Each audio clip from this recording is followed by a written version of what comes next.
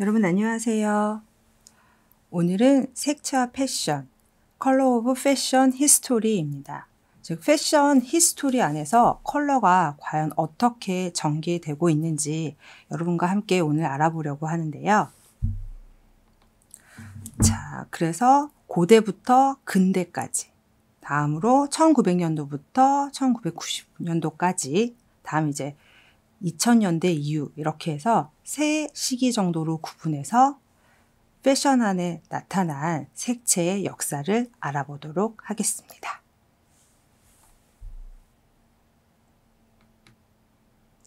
자, 그래서 첫 번째 파트 고대부터 근대까지는 중세를 기점으로 해서 중세 그 이전 시대와 다음 중세, 다음 이제 근세로 해서 16, 17, 18세기, 다음 이제 근대 19세기 이후 이렇게 해서 네 파트 정도를 해서 여러분과 함께 살펴보려고 합니다.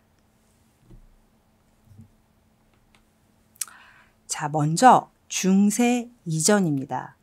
앞에 화면 보시면 여러분들 미술사에서나 혹은 우리 사회 교과서 안에서 한 번쯤은 봤을 법한 그림들이 앞에 전개되고 있죠. 동굴벽화라고 하는 건데 라스코 동굴벽화, 알타미라 동굴벽화입니다. 자, 이 라스코 동굴벽화와 알타미라 동굴벽화는 알타미라 벽화 같은 경우는 19세기 후반에 발견이 되었고요. 라스코 동굴벽화 같은 경우는 조금 훨씬 더 빠른 10세기에 발견이 되었었죠. 이 벽화들이 우리에게 주는 것은 일단 아무도 사람이 그 이전에 살았을까? 생명체가 살았을까? 그런 의문이 드는 시기에 자, 이렇게 벽에 그림이 그려져 있는 거죠. 그래서 거기에 이 그림들에 따른 스토리는 여러분들이 이제 많이 역사적으로 들으셨고 공부를 하셨을 텐데, 자, 오늘 제 분야에서 이제 이것을 볼 때는 바로 색에 관련된 것입니다. 색이라는 당연히 우리가 지금 이렇게 다양한 색조, 어떤 염료들이 있어서 얘네가 이렇게 벽에 채색이 되진 않았을 거고요. 또 하나는 어떤 미적인 감각에 의해서 예술 작품으로 과연 이것이 그려졌는지 혹은 무엇을 알리기 위해서 했는지 이제 여러 가지 문헌들이 우리가 지금까지 학습해 오고 있는데, 여기서 중요한 것은 바로 이 컬러, 이 흑색 계열과 붉은색 계열이 이렇게 오래 전 시대에도 그때부터 사용되어져 왔다는 거죠. 자, 황토의 황색이라던가 어떤 산화철로부터 얻은 붉은색이죠. 그다음에 목탄의 검은색, 거기에 이제 이 검붉은색까지 막 다양한 색은 아닐지라도 그래도 생명체가 살아 있었고, 또 지금 우리가 어떤 아트라고 하는 그런 장르의 것들을 그들도 행하고 있었다는 그런 사실들을 알 수 있는 벽화이죠.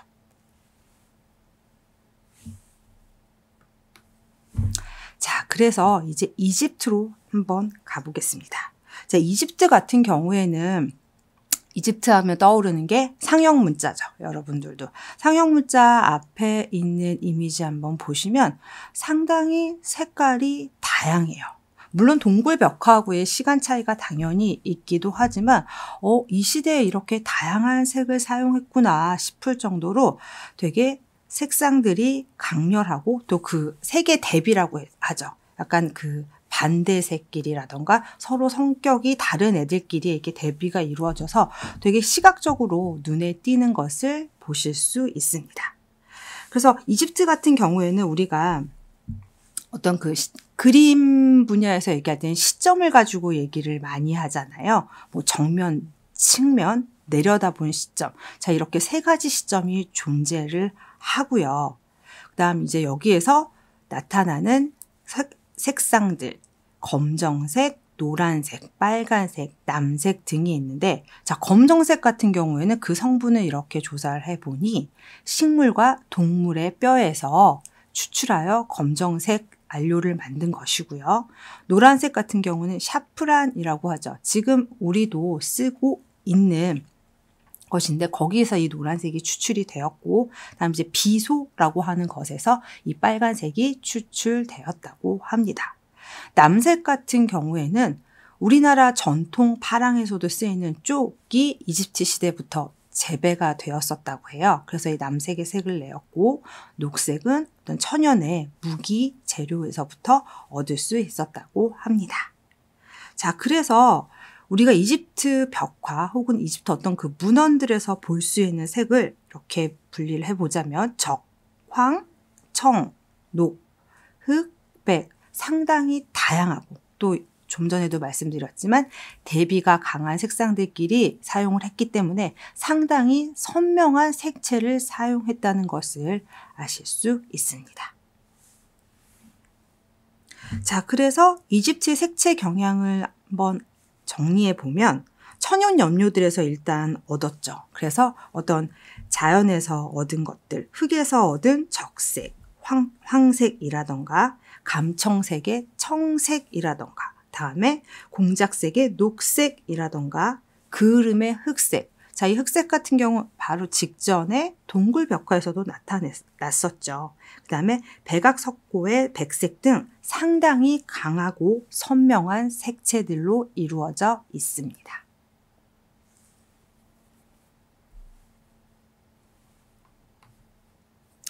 자, 다음은 그리스 로마입니다. 자, 그리스 로마는 기하학을 근거로 비례미를 강조하고 대리석 자연의 색채, 그다음에 신전, 조각 등 어떤 예술품이 주류를 이루고 있습니다. 색의 사용이 상당히 제한적이었고요. 부분적으로만 이렇게 강조가 된 것들을 볼 수 있어요. 특히 이제 붉은색을 즐겨 사용했다라고 알려져 있고요. 요 앞에 있는 그림에서 보시면 이제 이 시대의 어떤 그 보물 같은 거죠. 여기서도 흑색과 그 다음에 이제 붉은색 계열로만 이렇게 강조를 해서 그림을 그려져 있는 것을 볼 수 있습니다. 자, 그리스 로마까지 어떠한 이게 복식에 대한 언급이 없는 것이 조금 의아해 하실 텐데요. 자, 남녀 복식이 존재는 하였지만 형태 자체에 구분이 없었어요. 그렇다고 색채가 다양하지 않았기 때문에 이 부분에서는 그렇게 복식을 많이 언급되어 있지 않습니다.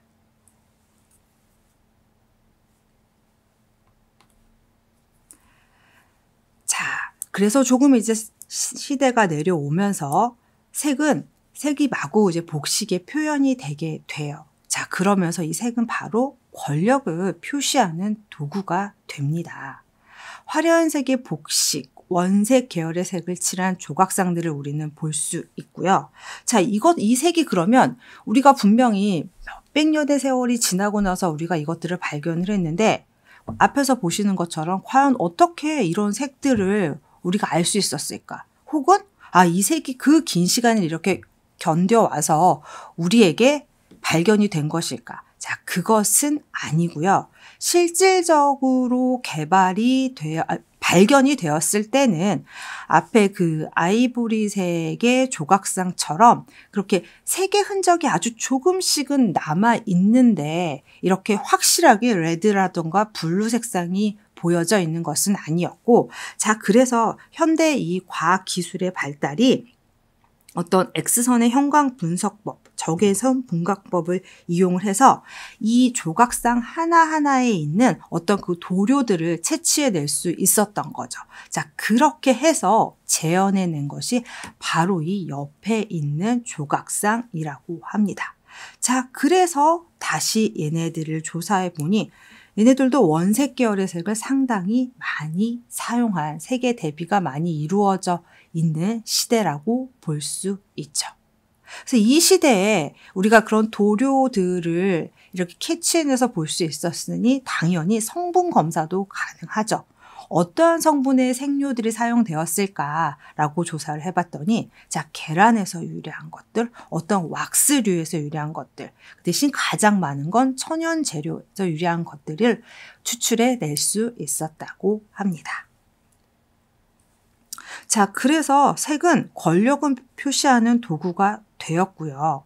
화려한 색의 복식은 어떤 원색 계열의 색을 칠한 조각상을 통해서 우리가 이 시대의 복식의 색을 추측할 수 있습니다. 자, 다음은 중세 이전의 이제 로마입니다.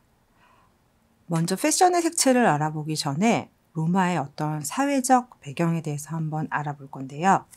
자, 로마 시민이라고 하면 여기에서는 남자만이 로마 시민으로 인정을 했다라고 합니다. 그래서 사회적인 계급 같은 경우에도 귀족과 평민, 그 다음에 이제 기타, 노예 등으로 이제 구분을 하는 사회였고, 귀족 계급 같은 경우에는 정치상의 어떤 권리를 가지고 있고요. 당연히 사유재산권이 있고요. 그다음에 그렇기 때문에 상당히 과시적인 현상을 갖고 있는 것이 로마 귀족의 특징입니다. 사치와 방탕, 그렇기 때문에 복식이 상당히 화려하고 우아해질 수밖에 없다라는 문헌들의 조사가 이어지고 있습니다. 자, 여기에서 왜 로마 시민이 과연 남자만 되는가? 자, 로마 같은 경우에는 가족 가운데서 가장 나이가 많은 남자가 이끄는 어떤 철저한 가부장제를 형성하고 있었다고 합니다. 자신의 이름을 여성들은 갖지 못하고요. 결혼 전에 여성들은 외부와 상당히 격리된 생활을 하며 사회적 활동에 상당한 제재를 받았습니다.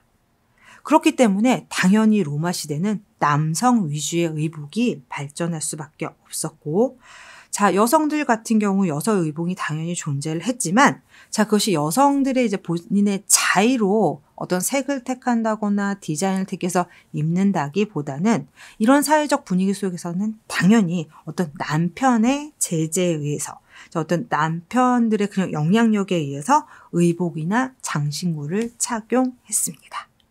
이제 로마 이제 후기로 와서야 이제 여성의 사회적 지위가 상승하고 이제 그들에게 자유도 주어지긴 했지만, 로마 초기에는 이제 이러한 모습이기 때문에 복식에서도 당연히 이 영향을 받아서 여성복의 어떤 그 디테일한 문헌이라던가 이제 특징적인 것들이 그렇게 많이 발견되지 않는 게 로마 초기의 특징입니다. 자, 그래서 일단은 그 남성과 여성도 있지만 이제 귀족과 노예 이 계급 간에도 이 복식에 상당한 차이가 있다고 말씀을 드리고 있고요. 또 귀족들이 입는 이 옷에서, 자, 옷이라는 것은 우리가 지금 컬러를 함께 보고 있지만 이 컬러라는 게 상당히 중요하잖아요. 그래서 이 염료의 희소성, 이 비용에 의해서 어떤 그 상당히 이 사람들이 색조에 느끼는 어떤 정서적 가중치가 부여된다라고 해요.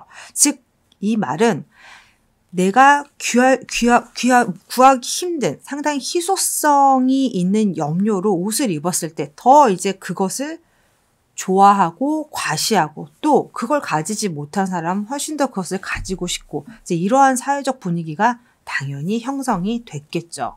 그래서 그렇기 때문에 자연스럽게 귀족과 왕족은 상당히 화려한 색의 복식을 입고 있고요. 노예는 아예 원초적으로 색이 있는 옷의 착용이 금지되었던 게 바로 로마 시대입니다. 그래서 로마 시대에는 특히 펄퓨라가 부족을 해서 보라색을 만드는 염료 중에 하나인데요.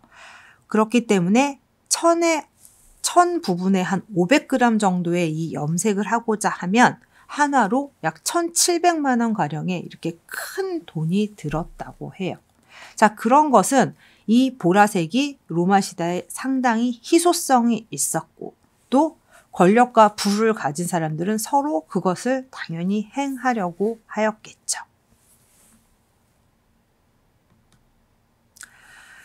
자, 그래서 이러한 그 중세 이전의 패션들이 현대 패션 런웨이에서도 간간히 볼 수 있는데, 색채라는 건 시대를 따르기 때문에 사실 시대에 따라서 디자이너에 따라서 어떤 특정 시대의 그 모든 것을 흡수해서 내가 디자인하겠다 그런 게 아닌 이상 실내예술 많이 가지고 와서 보는 거고, 색채를 그대로 이제 연결해서 하는 경우 이제 거의 드물다고 볼 수 있죠. 그건 이제 커스텀 어떤 그 유물처럼 걔네들을 그대로 제작하는 방식에서만 이제 가능하고, 현대 패션은 이렇게 보시다시피 어떤 의복의 형태들을 디자인을 차용을 해서 나오는 모습들도 많이 볼 수 있죠. 여전히 지금들도 디자이너들이 활용을 많이 하긴 하는데 색채가 꼭 거기에 이제 같이 오는 것은 아니라는 거 유의하시면서 현대 패션 이제 런웨이들 한 번씩 보실 때, 아, 저거는 고대 그리스의 어떤, 우리 왜 그리스 하면 떠오르는 지금 이 드레이핑 되어져 있는 옷 같은 경우에 거의 이제 그리스 옷에서 많이 그 모티브를 따서 디자인을 하고 있는 거죠. 자, 다음은 중세시대입니다. 자, 중세시대는 기독교, 이슬람, 동방의 영향으로 고대 그리스의 어떤 그 순수한 조형미 이런 것들을 상실하게 돼요. 자, 그렇기 때문에 상당히 다양한 패턴과 화려한 색채를 볼 수 있습니다. 자, 건축물이나 조각, 회화 등에서도 이러한 특징들이 그대로 나타나게 되고요. 대리석 및 모자이크, 칠보 등 대개 장식 분야에서도 색채도 다양해지지만 그 기법들도 상당히 다양해지기 시작한 게 바로 이 중세시대부터입니다. 자, 금은 세공품이라던가 비단, 상아 등을 사용하고 어떤 화려함의 극치를 보여주고 있는데요. 상징성이 강한 색채의 사용으로 상당히 유명하고요. 자, 그래서 예를 들면 어떤 비겁함을 뜻하는 유다의 옷을 노란색으로, 헌신의 의미를 뜻하는 예수의 의복은 붉은색으로 표현하고 믿음과 천국을 상징하는 파란색은 성모 마리아의 색이라고 해서 이렇게 지칭을 하면서 색채에 어떤 의미 부여를 하기 시작합니다.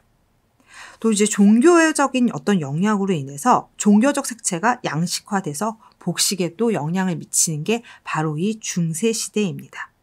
신의 영광이라던가 신비로움, 천국 등을 복식에 그대로 표현하기도 하고요.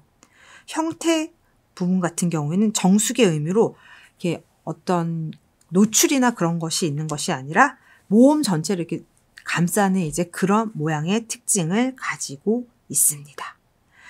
옷에 문양들이 되게 많이 있는 것을 사실 보실 수 있죠. 이 문양들을 보시면 기독교의 성서에 나오는 장면을 문양으로 이제 그대로 사용을 해서 옷에 이렇게 그려 넣는 방식으로 하였고, 색채 또한 그렇기 때문에 그냥 허투루 어떤 그 시각적인 의미만을 위해서 사용한 것이 아니라 종교적 의미를 상당히 많이 부여를 해서 색채도 표현을 합니다. 그래서 중세시대의 복식을 보시면 어떤 드레이퍼리한 양감에 의한 입체적 표현이 사라져버려요. 즉, 앞부분에서 보셨던 그리스 로마 시대에 이렇게 천을 막 두른 듯한 거, 우리 이것을 드레이퍼리라고 하죠. 자, 이러한 표현이 많이 사라지고요.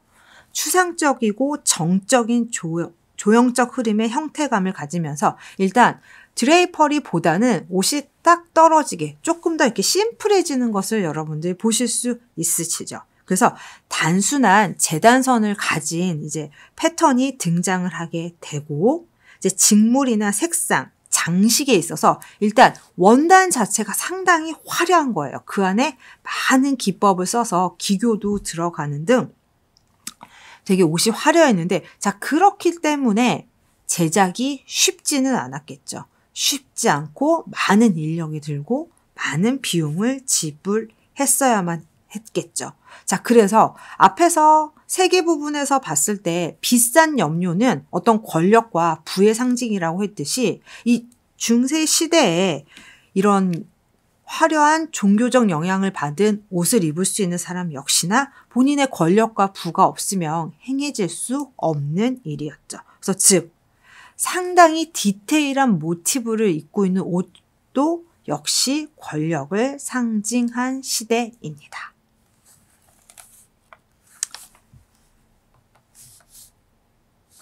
그래서 잠시 현대 런웨이로 넘어와서 보시면 중세의 어떤 그 인스피레이션을 받아서 디자이너가 이제 런웨이를 진행했었는데요.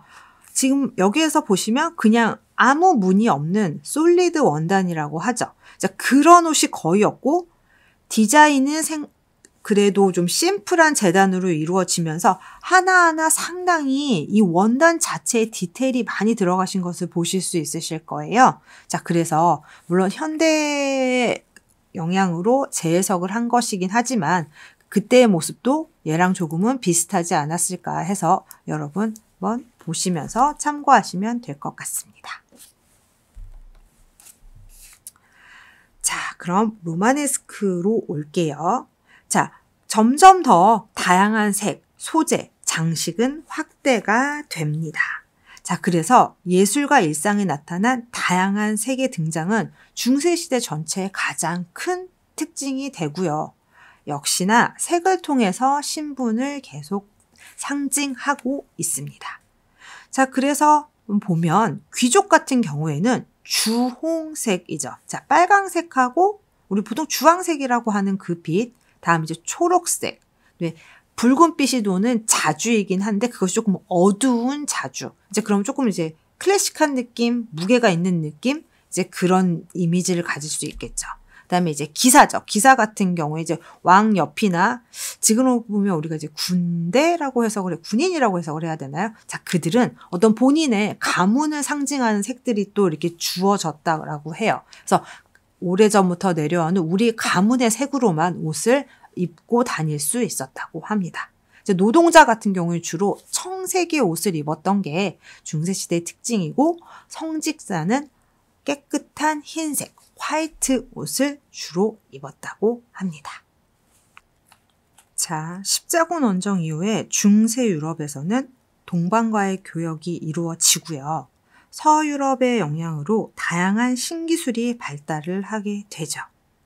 도시를 중심으로 상업이 발달하게 되면서 자, 여기서 부르주아 계층이 등장을 하게 됩니다. 그래서 의복 경쟁에 따른 어떤 패션 시스템이 형성되어 이제 복식의 어떤 그 비약적인 발전이 이루어지게 돼요. 그래서 직물 사업의 발전이 당연히 이루어지게 되고요. 획기적으로 산업화가 전개되고 자, 길드 조직이 형성이 되면서 복식의 종류, 모양, 또 이 색을 더욱 복잡하고 화려하게, 즉 서로 작업 공간들, 이제 작은 생산물을 만드는 조직이긴 한데 경쟁들이 생기기 때문에 내가 좀 더 화려하게, 내가 조금 더 이쁘게, 이제 이러한 것들이 더욱 이 복식, 패션을 발전하게 하는 시스템의 원동력이 된 것입니다. 자, 그래서 이 스테인드 글라스의 빛이나 색채에 대한 관심이 상당히 이 시기에는 고조되게 돼요. 일상생활이나 의복, 장식, 무기 등 되게 광범위하게 색이 나타나게 되고요. 의복의 겉옷과 속옷 등 색의 배치를 통한 조화를 중요시하게 됩니다. 자, 여러분 여기서 보시면 이전 사회에서 보시면 뭐 왕들만 입을 수 있고 어떤 특정한 염료는 너무 비싸서 정말 한정적으로만 구매할 수 있고 색이 그닥 다양하지 못하고 그럼 사실 이 배색이라는 것, 색과 색이 함께 이루어낸 어떤 조화죠. 자, 이것들이 그렇게 존재하지 않았을 거예요. 하지만 이제 이 로마네스크로 중세 이제 중반으로 오면서 상당히 많은 색들이 만들어지게 되고 거기에 따라서 옷을 만들 수 있는 패브릭들이 등장함에 따라서 자, 이것은 겉옷이야, 속옷이야. 아, 이 색은 뭐하고 같이 해야 좀 더 이렇게 어울리는구나. 이제 그러다 보면 뭐 유행도 형성을 하게 될 거고요. 이제 그러한 시기가 바로 이 시기이고요. 그다음에 파티 컬러라고 해서 이 의복을 수직으로 나누어서 색을 다르게 입는 것이 어떤 유행이었다라고 해요. 파티 컬러 의복을 수직으로 나눈다? 자, 예를 들자면 여러분 팬츠, 바지가 있잖아요. 그러면 한쪽 바지와 이쪽의 이 다리에 색깔을 다르게 하는 거예요. 뭐 아이보리와 그린으로 한다거나 자, 이런 식으로 하는 것들도 이제 이 시기의 복식의 한 특징 중에 하나입니다. 그래서 색이 화려한 옷을 입고자 하는 어떤 그런 소망에서 자, 이러한 발전들이 이제 점점 더 또 극대화해서 이루어진 시기입니다.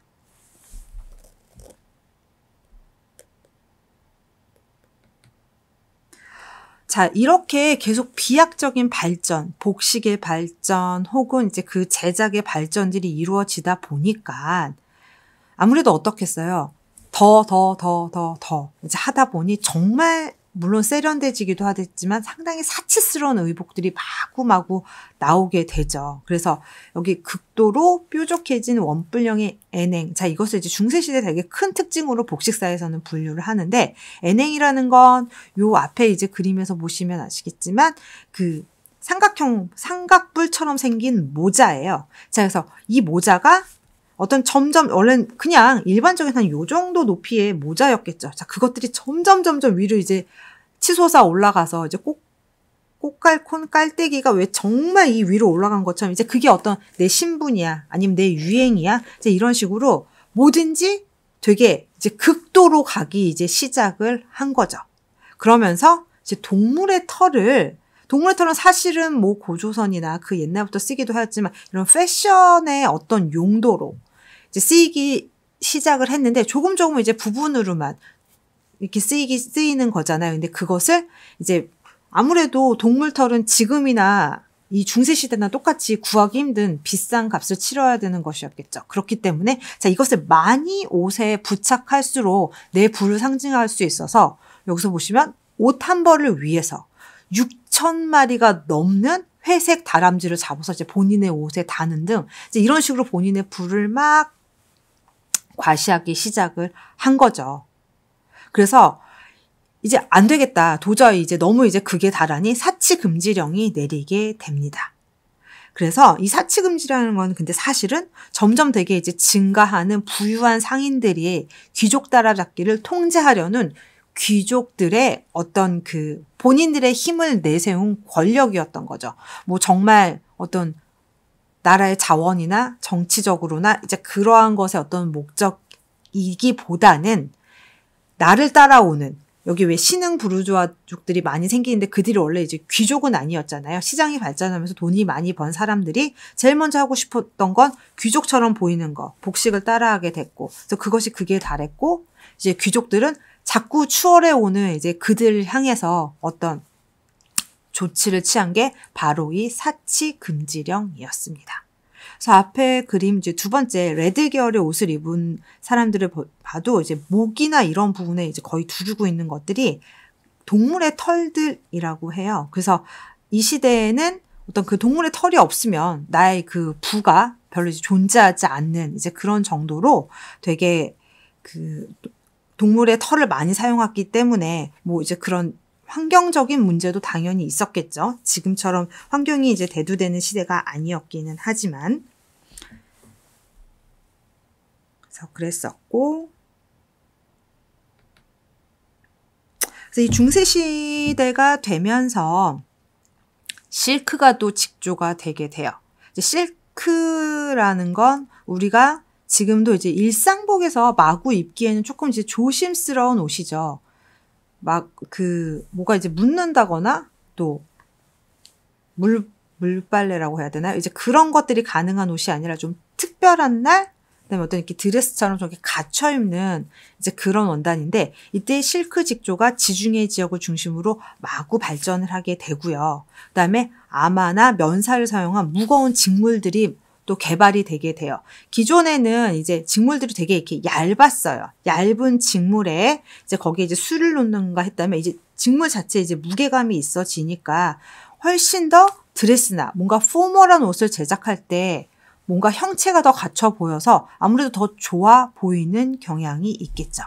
15세기 중반부터 베니스에서는 지금 현재 우리도 많이 겨울이면 이제 입게 되는 어떤 벨벳을 생산하게 되었고요. 또 이제 푸른색의 면직물이 또 이때 상당히 많이 발견이 됐다라고 합니다.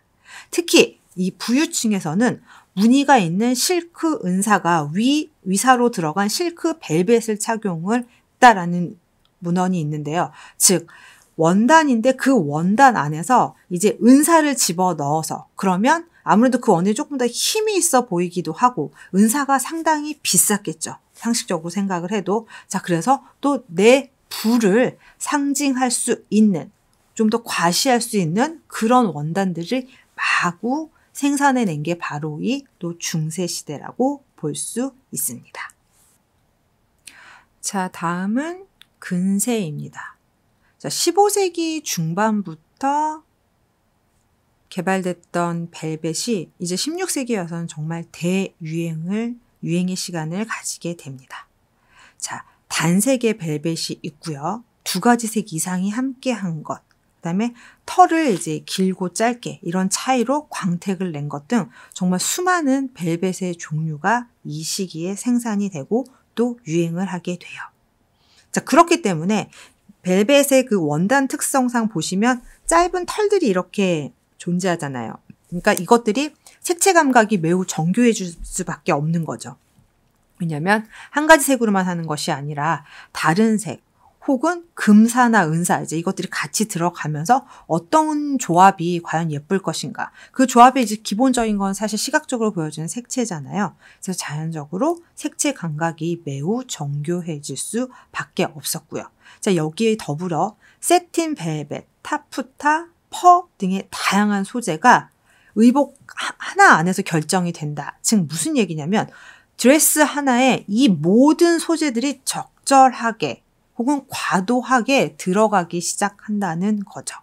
그래서 벨벳 같은 경우에는 그 원단 자체가 조금 이제 두께가 있는 거잖아요. 거기에 이제 타프타는 사실 실크 소재로서 이제 그것이 그렇게 두꺼운 소재과 함께 했을 때 물론 어떤 부위에 이 원단을 선택하냐에 따라 다르겠지만 자, 이렇듯 다양한 소재가 만들어지고 또 그것을 한 옷에서 이렇게 표현함으로써 복식이 더욱더 과도하고 화려하고 장식적이 될 수밖에 없었던 거죠. 자, 직물의 표면에 금사, 은사 이런 색실로 또 자수를 하기도 하고요. 그다음에 이제 진주, 스팽클 이런 장식적인 요소들이 되게 많이 보이기 시작을 합니다. 그래서 밑에 이미지는 엘리자베스 1세 여왕의 이제 옷들인데요. 여기에서 한번 보세요. 앞에서 제가 이 옷의 어떤 장식적인 기법에서 언급했던 것들 다 들어가 있죠. 원단 하나가 그냥 솔리드한 원단이 아니라 그 원단 자체도 특히 가운데 것 같은 경우는 광택이 약간 있는 것이 이제 벨벳 원단이다라는 이제 느낌이 드실 거고요. 거기에 또 어깨에 이렇게 술을 놓아 놓은 것을 보시면 이 원단 하나도 이제 그냥 재단을 해서 어떤 형태만 갖추어서 입는 것이 아니라 거기 하나하나에 어떤 수공예적인 요소가 들어가서 옷이 더욱더 정교해지고 화려해지는 것을 보실 수 있습니다.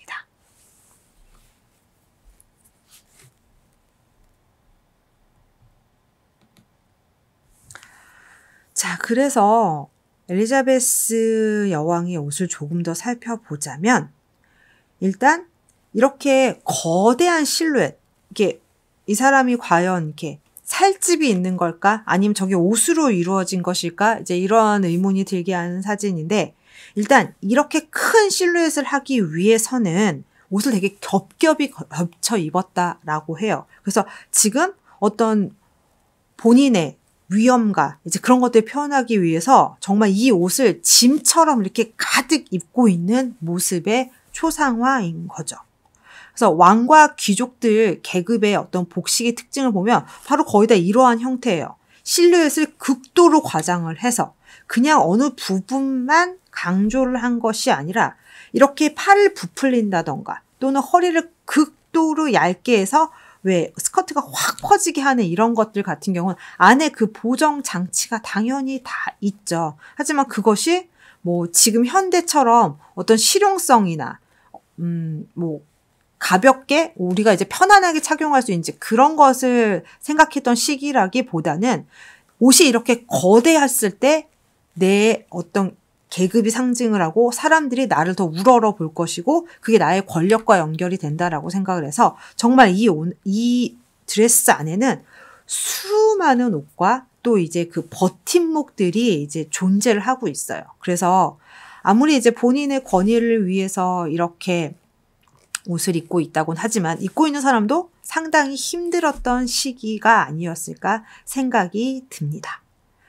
그래서 앞에서도 언급했었던 벨벳이나 세틴, 이제 실크 얘기하는 거예요. 다음에 이제 당연히 동물의 털이 들어가겠죠. 모피가 들어간 등 되게 상당히 벨벳, 세틴, 모피는 지금도 그렇지만 과거에는 더욱더 되게 비싼 사치스러운 소재였죠. 자, 그것들이 이제 극도로 많이 들어가 있고요. 금사나 은사로 꼭 술을 놓았어요. 어두운 바탕에다가 금사, 은사, 술을 놓으면 그 옷이 더욱더 화려해 보이겠죠. 그리고 금사, 은사 자체도 그 원료를 뽑는 데 있어서 상당히 비싼 가격이었겠죠. 자, 그렇기 때문에 더더욱 이 실을 선호했을 거고요. 다음, 이제 보석 부분에서도 목걸이도 지금 보시면 진주 목걸이 겹겹이 이렇게 매고 있죠. 자, 이게 다 어떤 나의 권력, 나만이 할 수 있는, 나 정도 돼야 할 수 있는 이제 그런 권력 안에서 이러한 복식들을 착용하고 있습니다.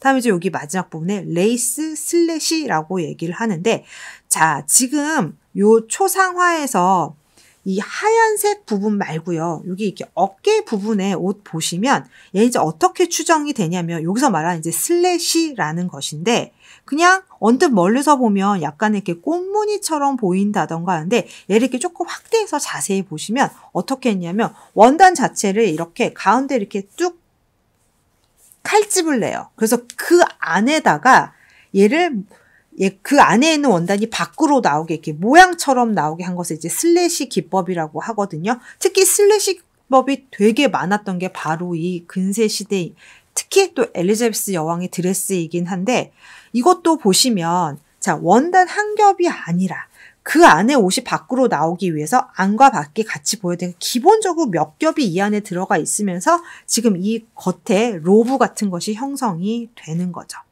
자, 이렇게까지 한 이유는 정말 복식을 통한 어떤 권위와 상징을 상당히 중요시했던 시대이기 때문입니다.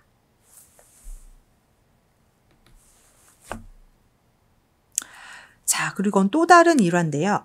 16세기 초 영국의 헨리 8세랑 자, 프랑스의 프랑스와 1세가 어떤 정치적으로 경쟁을 되게 서로 이제 하고 있었대요. 그런데 그 경쟁이 화려한 복식 경쟁이었다라고 해요. 자, 황금천 들판이라는 곳이 있었는데, 자, 이게 뭐냐면 이제 본인들이 어떤 필드죠.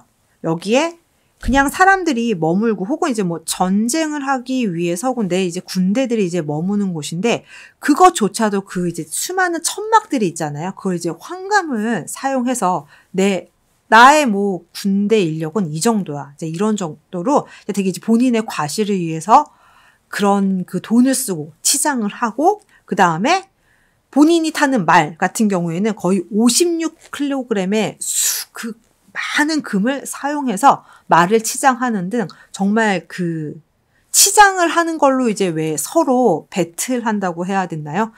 되게 과도한 경쟁을 했었기 때문에 지금 이 그림에 대한 설명을 이제 문헌에서 읽어보면 이 시대에 이 언덕은 황금색이었다라고 해요. 황금밭이 형성이 된 것이 아니라, 자, 이렇게 천막 같은 데도 금을 쓰고, 어떤 왜 이제 본인이 가지고 있는 말에다 56kg의 금을 쓸 정도니 정말 어마어마한 물자들 여기에 퍼부었다는 거죠. 그래서 멀리서 사람들이 봤을 때, 아, 저것은 마치 무슨 황금 들판 같구나라고 해서 Field of Cloth of Gold라는 얘기가 있습니다. 자, 그래서 16세기 권위를 상징하는 복식을 간단하게 정리를 해보면, 어떤 봉건사회의 구조가 무너지면서 중앙집권 국가에 발전하고 왕과 귀족들은 복식의 부피를 최대한 확대하고 화려하게 해서 본인들의 지위를 과시했던 대표적인 시대입니다. 자, 그래서 요 앞에 보이는 옷들은 이게 로브라는 이제 가운 형태의 옷이에요. 그래서 얘도 되게 다양하게 존재를 하고 있죠. 제가 아까 직전에 설명드렸던 슬래시 기법 같은 경우에도 두 번째, 세 번째 소매 부분에서 보이고 있고, 전체적인 색채의 경향은 아무래도 권위와 상징, 이제 어떤 이렇게 무게감을 당연히 표현하고 싶어 했던 것이기 때문에 색 자체가 되게 어두운 톤인 것을 보실 수 있습니다.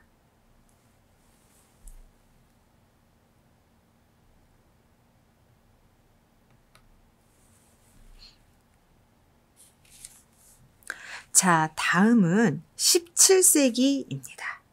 자, 이탈리아 직물 사업이 쇠퇴를 하게 돼요. 그래서 이 시기부터 프랑스가 어떤 유럽의 패션 중심이 되었죠. 지금까지도 이어져 오고 있는 거죠. 물론 최근에는 조금 많이 이렇게 분산이 되고 있긴 하지만, 자, 그래서 이탈리아의 직물 장인들을 이제 프랑스가 이렇게 다 수용을 하게 된 거예요. 이제 그러다 보니 프랑스가 이제 발전을 할 수밖에 없겠죠. 그래서 어떤 실크나 직물 산업을 되게 이제 주도하게 되는 게 바로 이 시기입니다. 이제 바로크의 어떤 풍부한 느낌, 뚜렷한 명암의 대비, 관능성, 장식이 되게 과한 것, 이제 이런 대담한 문양, 화려한 색상들이 또 나타나기 시작을 하고요. 자, 브로케이트라는 원단이 생산이 됩니다. 이전 시대의 14세기, 15세기에도 브로케이트가 잠시 언급은 됐었지만, 그게 조금 더 그 비약적인 발전과 또 이제 현대에 우리가 지금도 이 브로케이트 원단을 사용하고 있거든요. 그래서 지금의 형태는 바로 이 17세기에 형성이 된 거예요. 그래서 브로케이트나 샤틴, 실크죠. 그다음에 다마스크, 벨벳, 양모를 넣은 견직물이나 금은사를 모방한 금속실 섞은 직물, 이제 이런 것들이 이때 나오게 되고요. 이 시기에는 색채 취향이 이중성이라고 해서 바로크라고 하면 조금 무거운 색상만이 존재할 것 같은데 또 어떤 면에서는 되게 파스텔 톤에 가까운 가벼운 색도 존재를 해서 색채 분야에서는 이 시기를 이중성이라는 표현을 써요. 그래서 무거운 색조와 가벼운 색조가 함께 공존을 했던 시대라고 볼 수 있습니다. 그래서 그 무거운 색조 중에서 되게 다크한 어두운 빨간색이라던가 좀 더 어두워지는 어두운 브라운색, 그 다음에 어두운 그린색까지 이제 이런 것들이 많이 보였고요. 가벼운 색상에서는 살몬 핑크라고 해서 그 연어색이라고 해야 되나요? 그 핑크색이라던가 레몬 옐로우, 좀 밝은 노란색이죠. 그 다음에 트루카우즈 블루 같은 경우에도 약간 초록 기미가 있는 블루를 얘기를 하죠. 자, 이런 가벼운 색상들까지 이제 두 개가 공존하면서 상당히 많이 보였던 게 이 시기입니다. 자, 그리고 밑에 그림 한번 보시면 브로케이트에 대해서 아까 잠시 언급했었는데, 자, 이게 원단이죠. 원단이고 지금 모델이 입고 있는 의상들은 이제 현대 패션에서 브로케이트 원단을 가지고 의상을 이제 제작한 것들인데, 딱 봐도 이 원단은 솔리드 원단을 만들 때보다는 상당히 많은 디자인적인 감각과 그다음에 이제 실 사용에 대한 것들, 실의 색 조합을 어떻게 할 것인가에 대한 고민이 상당히 많이 들어가 보이고요. 원단 자체도 되게 두께가 있어서 어떤 실루엣 형성하기는 좋았을 것 같고요. 그래서 지금 색채에 대한 얘기를 하고 있긴 하지만 색채 부분에서 특히 패션 색채에서 브로케이트가 나오면 언급을 하고 지나가는 이유가 이 안에서 색의 배색이 이루어졌기 때문이죠. 이루어져야만 좀 아름다운 직물이 발견하기 때문에 어떤 17세기의 패션 취향을 보려면 이렇게 그냥 솔리드 원단이 아닌 브로케이트 같은 원단에서 보면 또 그들의 색채 취향을 파악할 수 있어서 이렇게 언급해서 보여드리게 되는 것입니다. 자, 다음은 17세기 프랑스 절대 왕정과 영국의 경제력 강화입니다. 자, 프랑스 궁정 양식의 장중한 취향이라고 해서 자, 움직임과 어떤 표현의 강렬함, 그 다음에 현실주의적 경향을 가지고 있고요. 균형의 파괴에서 오는 부조화, 라고 해서 절대 왕정의 후원이 있습니다. 즉 프랑스 루이 14세의 어떤 의복적인 것은 여러분들이 패션이나 디자인을 전공하지 않으신 분들이라고 해도 그 화려함이나 이제 그가 좋아했던 어떤 색에 대한 취향을 한 번쯤은 들어보셨을 텐데요. 자, 이렇듯 이 시기의 어떤 패션은 상당히 그 왕 중심의 그다음에 이제 화려함, 이제 이런 것들을 가지고 있죠. 자, 그러면서 또 이와는 반대로 영국 같은 경우에는 어떤 시민의 자유를 위한 투쟁이 한창 진행되고 있었던 시기이기 때문에 자, 이때 어떤 자유주의와 민주주의가 시작하는 계기가 되는 시기입니다. 아까 직전에 앞서서 설명해 드렸던 어떤 색채의 이중성을 볼 수 있는 게 바로 이 17세기로 말씀드렸는데요. 바로 스타일적인 것도 마찬가지로 어떤 궁정적인 바로크와 서민을 상징하는 바로크가 이렇게 나누어지게 됩니다. 자, 그래서 궁정적인 바로크를 조금 더 집중해서 보자면, 자, 일단 되게 화려해요. 앞에 그 복식을 보셔도 상당히 화려함을 느끼실 수 있죠. 17세기 중반 루이 14세에 되게 독특한 바로크 양식이 유행을 하게 됩니다. 화려하고 상당히 현세적인 쾌락을 추구하고요. 꽃이나 열매나 잎, 자, 이런 것들을 가지고 문양을 만들어서 옷에 이제 그 문양들을 볼 수 있고요. 그 다음에 단추, 레이스, 그다음 리본 이런 것들이 과대하게 사용을 해요. 정말 이제 과다한 사용을 하게 되는데, 프랑스 왕을 중심으로 상류층의 호화로운 궁정 문화와 복식이 유행을 하게 됩니다. 자, 직전에 엘리자베스 여왕에게서 그 거대하게 겹쳐 입은 것이라던가 슬래시가 돋보였던 것을 볼 수 있었다면, 바로크에 와서는 지금 현재 우리가 리본이라고 하는 것들이 여성 드레스에서 정말 많이 달려 있어요. 그러니까 한두 개의 강조적인 것이 아니라 그냥 리본을 작은 장식 모티브로 해서 과도하게 다는 것들, 그다음에 색상의 화려한 것들, 자, 이런 것들이 이제 바로크의 궁중 복식의 특징이었다라고 볼 수 있고, 자, 그렇기 때문에 장식도 이렇게 많은 것을 좋아하는데 당연히 색상도 화려한 것을 선호했겠죠. 그래서 심홍색이라는 건 빨간색에서 조금 톤이, 그러니까 비비드한 것에 가까운 색을 얘기하고요. 그다음에 갈색, 그다음에 여전히 여기 레드, 빨간색이 나오네요. 자색, 자주색 얘기하고 있는 거죠. 그다음에 초록색 등 화려한 색상들을 선호하면서 과도한 장식이 이루어졌던 게 바로 바로크 궁중 복식의 특징입니다. 자, 바로크가 현대 패션으로 왔을 때 지금 이렇게 제가 화려하다, 과도하다라고 했는데, 현대 패션으로 해석을 한 디자이너 같은 경우는 무늬는 그 과도함을 그대로 따랐지만 컬러 같은 경우는 일단 한 톤을 되게 많이 낮춘 느낌이죠. 그래서 좀 어두운 색을 위주로 해서 과도한 장식으로 이렇게 디자이너의 런웨이에서 바로크 복식을 이렇게 표현하기도 하였고요. 다음은 이제 로코코입니다. 자, 로코코 같은 경우에는 바로크 정원의 인공 동굴에 붙여진 조개 껍질을 박아 배열한 로키유와 코키유에서 유래된 언어라고 해요. 경쾌하고 산뜻한 어떤 그런 이미지를 가지고 있고요. 우아한 곡선의 감각, 반자연적이고 상당히 인공적인 느낌의 어떤 그 디자인적 이미지를 가지고 있는 게 로코코의 특징입니다. 자, 리드미컬한 곡선, 즉 이렇게 뭔가 되게 운동감이 있는, 이제 그러면서 밝고 화려하고 세련된 귀족의 취미를 바탕으로 이루어진 게 바로 로코코 양식의 특징이고요. 우리가 로코코라고 하면 빼놓을 수 없는 이 두 여인이 있죠. 마당 퐁피두르랑 마리 앙투아네트입니다. 자, 마당 퐁피두르 같은 경우에는 루이 15세의 이제 연인이었다라는 기록이 있고요. 일단 취향이 되게 우아하고 워낙에 고상하며 18세기 중반 복식과 장식 미술 유행에 상당히 많은 영향을 미친 사람이에요.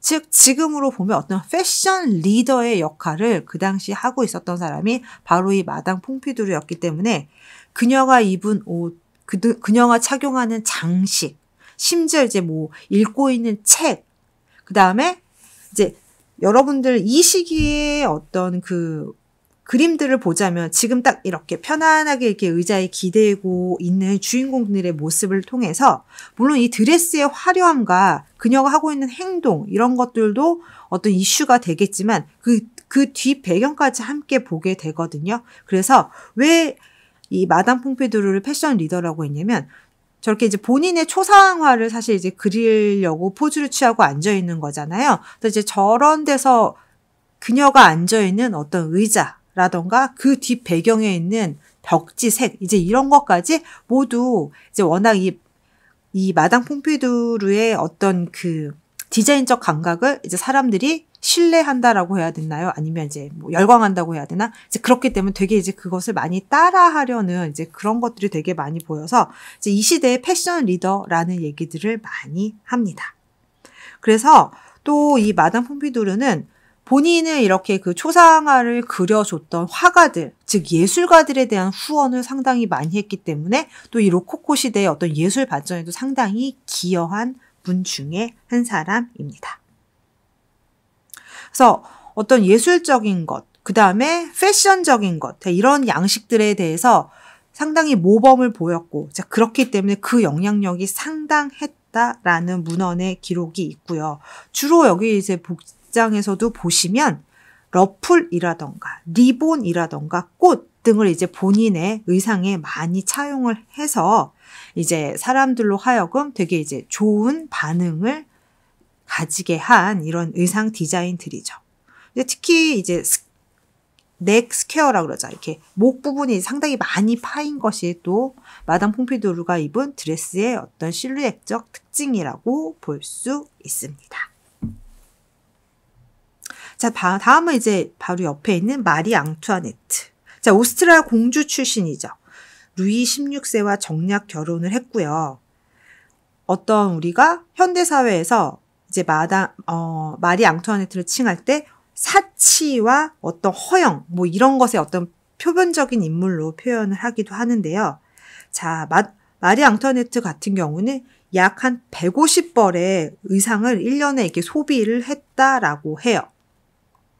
사실 현대사회 지금 패스트 패션이 난무하는 곳에서 150벌이 과연 뭐가 많은 걸까라고 의문을 가지실 수 있으시겠지만 그것은 공장에서 찍어 나오는 옷이죠. 우리는 지금. 하지만 이 시대는 하나하나 한 땀 한 땀 아무래도 더구나 이렇게 왕족, 왕비가 입는 옷인데 얼마나 이 정성을 들여서 제작 기간이 오래 걸리고 시간과 비용이 많이 들이겠어요. 그래서 그런 옷을 1년에 15벌 이상씩 소비를 한 게 바로 이 마리 앙투아네트였다라고 하고, 마리 앙투아네트도 궁전에서는 가장 영향력이 있는 인물이었고요.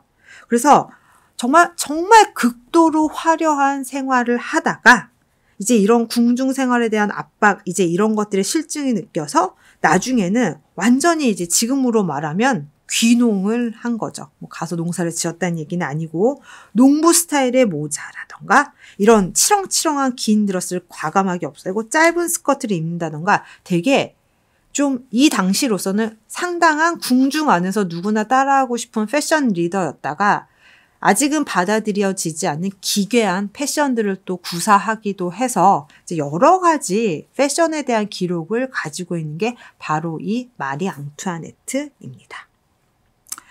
그래서 요 옆에서 보이시는 색채의 경향을 보시면, 자, 로코코 같은 경우에는 어떤 장밋빛 베이지 색깔이라던가 담록색, 중성색, 순색보다는 되게 거기에서 조금 떨어져서 많이 이제 밝아진 화려한 색채들이 이제 줄을 이루면서 로코코 색채의 특징을 보여주고 있습니다.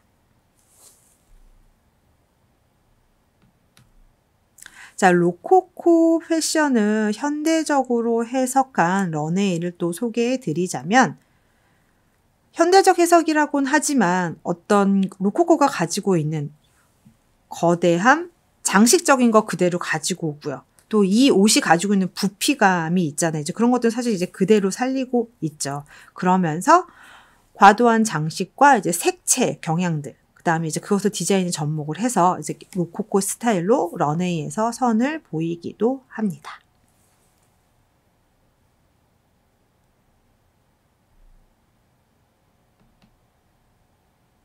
자, 이제 근대로 넘어오겠습니다. 근대로 넘어오면서 신고전주의입니다. 신고전주의가 되자 이제 두꺼운 직물을 피하고 가볍고 비치는 얇은 직물이 유행을 하게 돼요. 자, 이 전 시대에서 보시면 극도로 많은 장식에 그것들을 왜 풍성하게 입기 위해서는 보조 장치가 있어야 되고 또 옷을 많이 입어야 되고 또 우리가 어땠어요? 그러니까 브로케이트 같은 경우도 기본적으로 원단 자체가 상당히 두껍죠. 그렇게 많은 원단 안에서 무늬를 내기 위해서는 많은 실이 왔다 갔다 하기 때문에 두꺼워질 수밖에 없으니까 입는 사람은 사실 상당히 무거웠을 거예요. 그 옷들이. 그래서 이제 이러한 것들이 계속 지속해 오다 보니 이제 그런 것들을 좀 피하고 그거와 어떤 반대되는 움직임들이 시작을 하게 된 거죠. 자, 그러면서 색상에서도 마찬가지입니다. 자, 화이트색이 유행을 하게 돼요.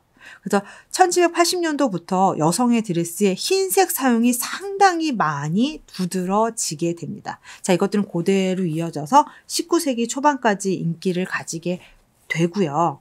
자, 그렇기 때문에 자, 이렇게 유행을 하게 되면 거기에 대한 기술이 더 발전을 하듯이 신고전주의 그 18세기 후반에 가면 하얀색, 왜 극도로 화려한 색과 장식을 원하다가 이제 흰색 어떻게 하면 더 하얗게 할 수 있을까? 어떻게 하면 더 하얀 옷을 내가 입을 수 있지? 라는 니즈가 생겨났겠죠. 자, 그래서 그 산업의 발달로 화학적 표백 기술이 상당히 발전을 하게 돼요. 그래서 이전 과거, 이 과거라고 한 그리스 시대로 훅 더 뒤로 가게 되는 과거를 의미합니다. 이때 어떤 지위의 상징이었던 흰색이 대중화를 이루게 됩니다. 그래서 신고전주의의 색채 경향을 또 다시 한번 살펴보시면 그리스 로마의 어떤 절제된 색채 사용의 경향을 보이면서 일단 좀 밝은 색들이 많고 또 거기에 어떤 무게감을 실어줄 수 있는 브라운 계열의 색들을 함께 공존하는 것을 보실 수 있습니다. 자, 신고전주의를 마지막으로 19세기까지 패션에 나타난 색채에 대해서 알아보았고요. 자, 다음 파트는 1900년도 이후 패션에 나타난 색에 대해서 알아보도록 하겠습니다. 먼저 1900년대입니다.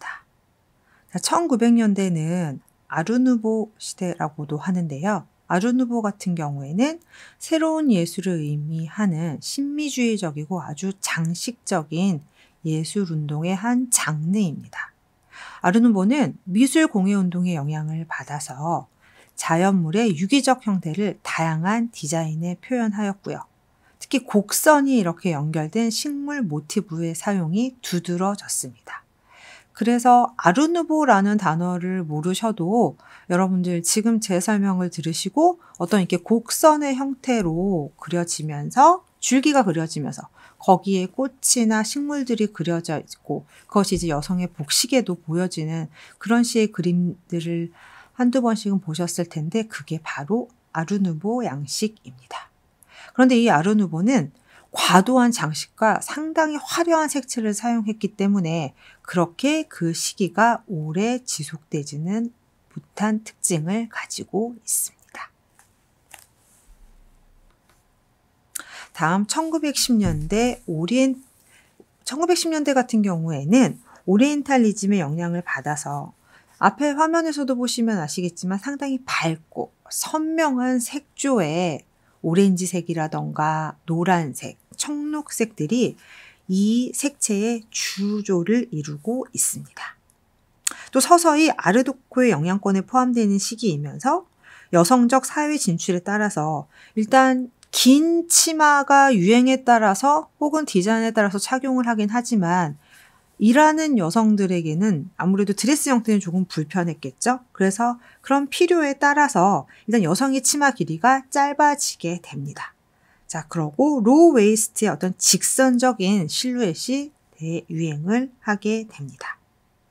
일단 1910년대 어떤 오리엔탈리즘의 영향으로 색조가 되게 밝다라는 얘기는 주로 이제 그렇게 보이긴 했지만 이제 1차 세계대전이 시작되면서 잠시 어두운 색조가 유행을 하기도 했던 것이 바로 1910년대의 특징입니다.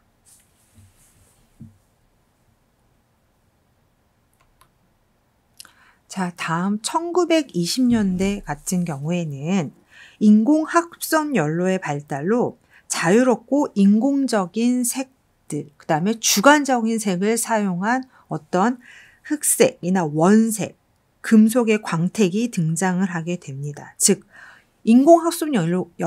합성 염료가 발전을 하면서 상당히 다양한 색들, 이제 거기에 색뿐만이 아니라 광택까지 등장을 하게 된다라는 거죠. 그래서 물질적 변형을 누린 쾌락주의적인 시기이면서 이국적인 정치가 유행하게 됩니다.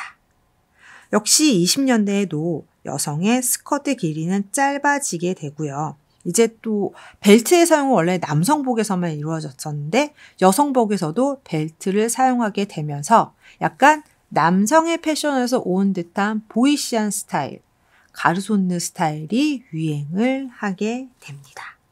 자, 그래서 색채 경향도 보시면 색이 그렇게 다양하지 않고 몇 가지수가 되지 않은 색들의 좀 임팩트가 강한 색들의 조합을 보실 수 있죠. 자, 다음은 1930년대입니다.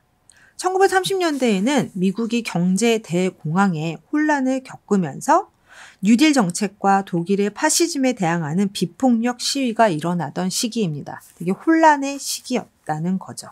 디자인 전반에 흰색이 대유행을 한 이후에 서서히 유채색의 유행이 드디어 시작합니다.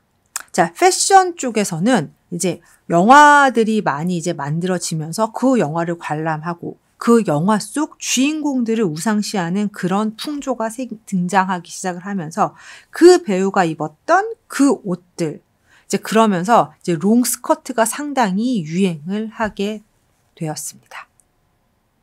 이제 대부분 일상복에서는 이러한 어려운 경제 상황을 반영하듯 이제 녹색 종류라던가 또 차분한 핑크색이라던가 커피색, 좀 이렇게 톤이 다운된 색들이죠. 지금 우리가 이 컬러들을 보아도 이런 색들이 사용되어진 복식들을 볼 수 있습니다.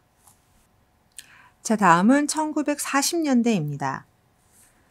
1940년대는 제2차 세계대전의 어떤 참담함을 반영하듯 차분한 색과 함께 상당히 각진 어깨에 자켓과 테일러드 스커트가 밀리터리 룩과 함께 전 세계적으로 유행을 하게 됩니다. 자, 직물과 염료의 부족으로 상당히 이제 색채가 조금 약해지죠. 아무래도 염료가 풍부하지 않다 보니까 흐린색 색채가 많이 활용되게 되고, 그래서 40년대 초반에는 검정색이나 카키, 올리브색 등이 상당히 많이 사용되어진 것을 볼 수 있습니다. 자, 디올의 뉴 룩을 발표한 이후에는 분홍이나 회색, 옅은 파랑 등 은은한 색채가 다시 나타나기 시작한 게 1940년도의 복식의 특징으로 볼 수 있습니다. 다음은 1950년대입니다. 자, 2차 세계대전 이후 점차 사회적으로 안정을 되찾아가는 시기이면서 자, 이러한 시기적인 영향이 바로 색에도 영향을 미치면서 부드러운 파스텔 색조가 유행을 하게 됩니다. 과학의 발전과 진보로 물자가 풍부해지게 되었으며 섬유 사업에도 여러 가지 소재가 개발되게 되었습니다. 특히 나일론, 이제 나일론이라고 하면 우리가 지금도 이제 착용하는 스타킹 같은 경우, 그다음에 어떤 합성 섬유들이 이제 대거 이 시기에 이제 개발되게 됩니다. 여성스러운 스타일과 글래머러스한 여배우들의 대중적인 인기도 일반 패션에 상당한 영향을 주었는데요. 그래서 그 유행하는 색채로는 베이비 핑크라던가 다양한 색조의 빨간색, 그다음에 베이비 블루, 채도가 낮은 하늘색 같은 것들이 큰 유행을 하였습니다. 자, 앞에 색채 경향 색집에서도 보시다시피 거의 50% 이상 약간 레드 계열의 색들이 상당히 유행한 것을 보실 수 있으실 것입니다. 다음은 1960년대입니다. 자, 1960년대는 영 패션의 시대로 일단 대중문화가 상당히 급속하게 발달을 합니다. 미술 분야에서는 팝아트가 상당히 인기를 끌게 되는데 팝아트의 특징이 상당히 대조되고 선명하고 강렬한 색들의 모임이죠. 자, 그래서 이런 것들이 그대로 패션에도 영향을 미치게 되고요. 미국의 케네디 대통령과 그 영부인 제클린의 패션이 패션계에 큰 영향을 미치게 되고, 당시에 큰 인기를 누리고 있었던 비틀즈 같은 경우에는 젊은이들의 자유를 갈망하는 어떤 문화의 아이콘적인 인물이 되었습니다. 자, 색채의 경향은 상당히 그 사이키델릭의 영향을 받으면서 일단 명도 채도가 되게 높은 채도 변화로 이루어집니다. 사이키델릭이라는 것은 약간 그 미래주의, 그다음에 펄이 들어간 느낌, 인공적인 느낌의 채도가 이제 높은 색들로 이루어진 것을 얘기하거든요. 그래서 그런 것들이 그대로 패션에 반영되는 것을 볼 수 있습니다. 다음은 1970년대입니다. 자, 73년에 석유 파동을 겪은 이제 사람들은 되게 아무래도 경제적으로 조금 위축이 되다 보니까 합리적인 소비 성향이 대두되게 됩니다. 따라서 경기 침체기에 등장하는 브라운 계열의 탁색들이 패션계 전반적인 영향을 주었고, 즉 앞에서 1차 세계대전이나 2차 세계대전이 이루어질 때나 이루어지는 중 혹은 끝나고 난 뒤에도 어두운 색조들이 유행을 하듯이 석유 파동을 겪은 후에도 같은 영향이 일어나는 것을 보실 수 있습니다. 자, 그러면서 크림색 위주의 어떤 내추럴한 룩이 등장을 하고요. 또 스포츠의 영향으로 트레이닝복, 노출이 있는 옷, 청바지 등이 젊은 층에서 상당히 인기 있는 아이템이 되었습니다. 자, 이때 유행한 어떤 패션 스타일 중에 하나가 펑크 스타일인데, 이 펑크는 속어로 되게 시시한 사람이다, 불량한 사람이다, 풋내기라는 의미로 미국에서 시작해서 영국에 대유행을 했던 스타일을 얘기를 합니다. 자, 주로 권위 체제에 대한 지향의식을 가진 10대들이 이제 여기에 대거 참여를 하게 되었고요. 이제 펑크 스타일 같은 경우에는 머리를 핑크색이나 그린으로 염색을 해서, 또 이제 메이크업 자체도 일반 메이크업, 그냥 예뻐 보이는 메이크업이라기보다는 뭔가 눈에 띄는 상당히 기괴한 메이크업과 함께 주렁주렁 상당히 저속한 액세서리라는 표현을 이제 문헌에서 쓰긴 했는데요. 좀 과대한, 많이 과장된, 비싸지 않은 이제 그런 액세서리 장식을 한 게 바로 이 히피족의 특징입니다. 다음은 1980년대입니다. 자, 80년대는 이란과 이라크의 전쟁으로 세계 경제가 침체기에서 벗어나지 못했고, 자, 동시에 냉전과 함께 경제가 되게 일본의 경제가 되게 눈에 띄게 성장을 하게 됩니다. 자, 그러면서 동양적인 이미지를 가지고 있는 재패니즈 룩이라던가 엔드로지너스 룩, 이제 이 두 룩의 특징이 사실 색이 많이 없는 무채색을 가지고 많이 이루어진 스타일이거든요. 그래서 검정과 흰색, 그다음에 어두운 뉴트럴 계통의 색들이 상당히 유행을 하게 됩니다. 자, 그러면서 패션 스타일로는 에스닉이나 에콜로지, 포크로어 룩도 패션에 나타나게 되는데요. 그래서 여기서 일본 스타일을 얘기하는 젠 스타일, 우리나라에서도 80년대는 아니고 좀 더 이후에 상당한 이제 유행을 보였었는데, 자, 어떤 스타일을 이야기하냐면, 선을 말하는 일본식 발음인 젠은 개인의 명상 및 인간의 우주의 근본과 실체를 자각하는 것을 강조하는 초월적, 철학적, 종교와도 같은 의식입니다. 물질 만능주의와 기계주의로부터 인간성과 도덕성을 되찾는 문화적 현상으로서 대두된 의식이라고 볼 수 있습니다. 그래서 이 젠 스타일 같은 경우에는 오리엔탈리즘이 가지고 있는 어떤 동양적 사고와 그다음에 미니멀리즘의 요소가 결합된 스타일이라고 볼 수 있습니다. 되도록 순수함을 나타낼 수 있는 자연적인 소색이나 흑색, 백색, 재색과 절제되고 자연 친화적인 소재감을 강조한다라고 보실 수 있습니다. 또 앞부분에서 언급되었던 엔드로지너스 룩에서 대해서 한번 보자면, 자, 그리스어로 안드로스는 남자를, 지니케어는 여자를 뜻하며, 안드로지너스는 남자와 여자의 특정을 모두 지닌 상태를 가리킵니다.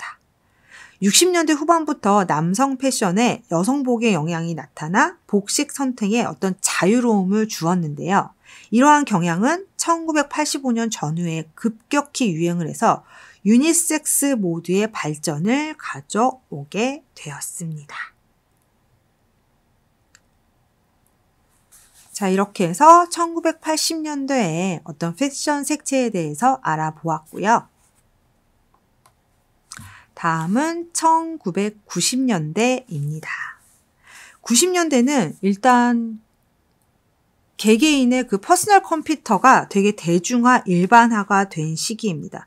자, 그렇기 때문에 개인적인 어떤 라이프 스타일과 함께 환경 문제 또한 이때 대두가 되기 시작하면서 그 문제에 관심이 많이 가진 사람들, 즉 이제 그것들이 관심의 대상이 되기 시작을 하는데, 패션 전반에 다양한 스타일의 결합이 나타났고, 미니멀리즘은 흰색, 그 다음에 카키색, 검정색, 베이지색, 회색 등의 색채를 유행시키게 되었고요.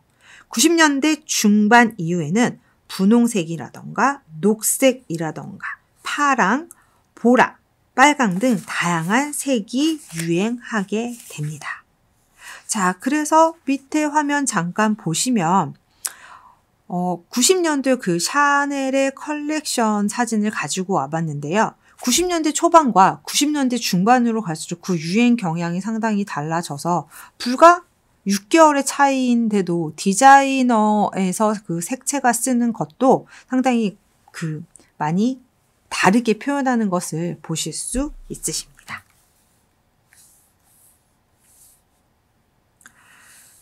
(90년대) 같은 경우에는 환경 문제가 대두되면서 리사이클 패션이 되게 화두가 돼요. 그러면서 이제 복고풍, 동시에 히피룩은 히피룩인데 네오 히피룩이 유행을 하게 되고, 또 어떤 히피룩의 한 분야인 보헤미안 룩까지 등장을 하게 되면서 되게 여러 가지 스타일이 공존을 하게 된 그런 시기가 아니었나 싶습니다.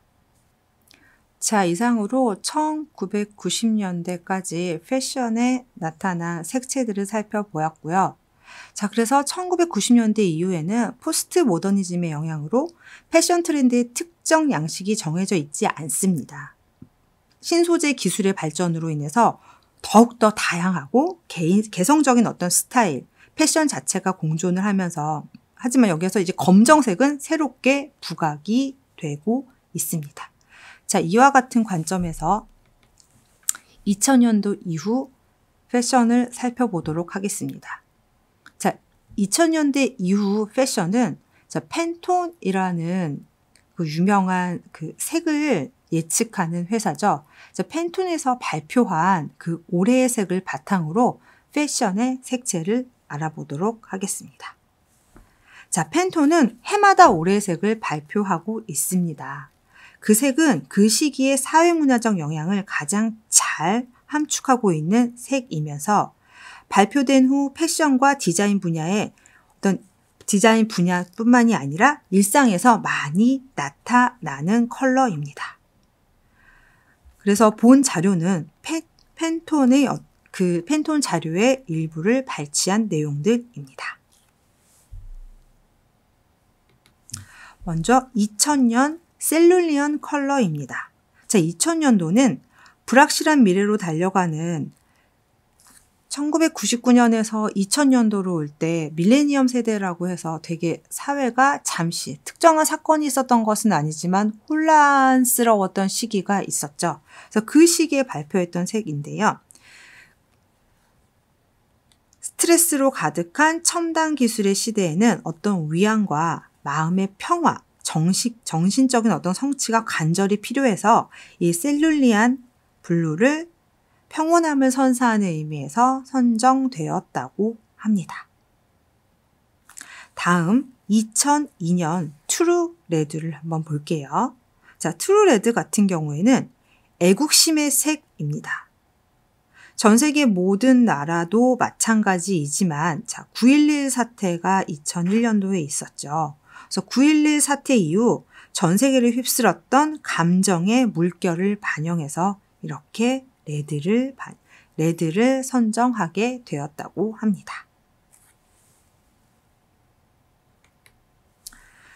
2003년 아쿠아 스카이는 여전히 불안함이 남아있음을 이야기하고, 아쿠아 스카이는 이 시대의 많은 이들이 가졌을 어떤 변하지 않는 것, 고요함, 신뢰성에 대한 욕구를 충족시키기 위한 셋 컨셉이라고 합니다. 그래서 지금 연도와 함께 이 이미지들은 이 색이 발표가 되고 나서 이제 패션에 적용된 실제 예들을 가지고 온 이미지입니다. 다음 2004년 타이거 릴리는 나쁜 일이 있을수록 사람들은 기분을 끌어올릴 색을 오히려 반대로 원하게 된다고 합니다. 자, 국제적 테러가 빈번하게 일어났고요. 자, 경제가 좀 부진했고요. 계속되는 전쟁이 들이우는 이런 그림자에 타이거 릴리 컬러의 따뜻하고 활기찬 색깔을 통해서 이러한 것들이 간절히 원하는 대로 이루어지길 바라는 마음에서 이 타이거 릴리를 선정했다라고 합니다. 다음 2005년 블루 터커라이즈는 일단 차분한 어떤 파란색이 주는 의미가 있잖아요. 뭔가 좀 이렇게 안심이 되고 안정이 되는.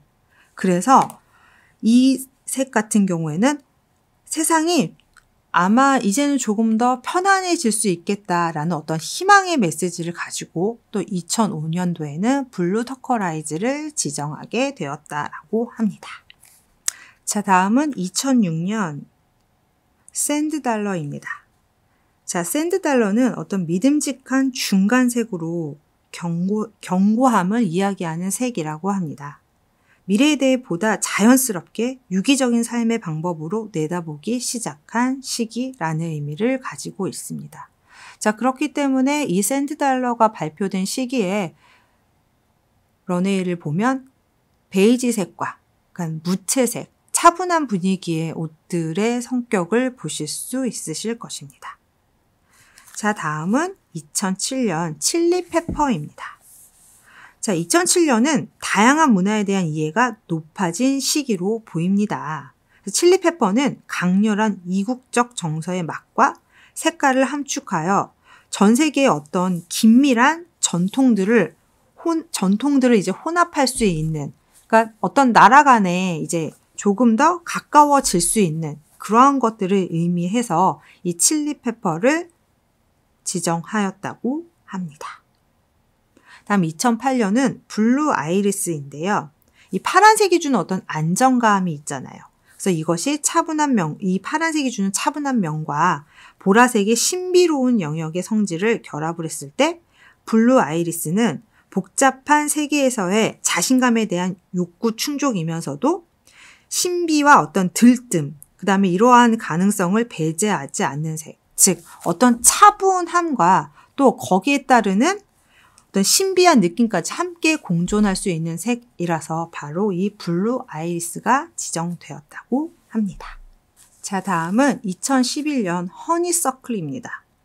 역동적인 빨간색의 허니서클은 생동감과 활력을 일깨워 줍니다.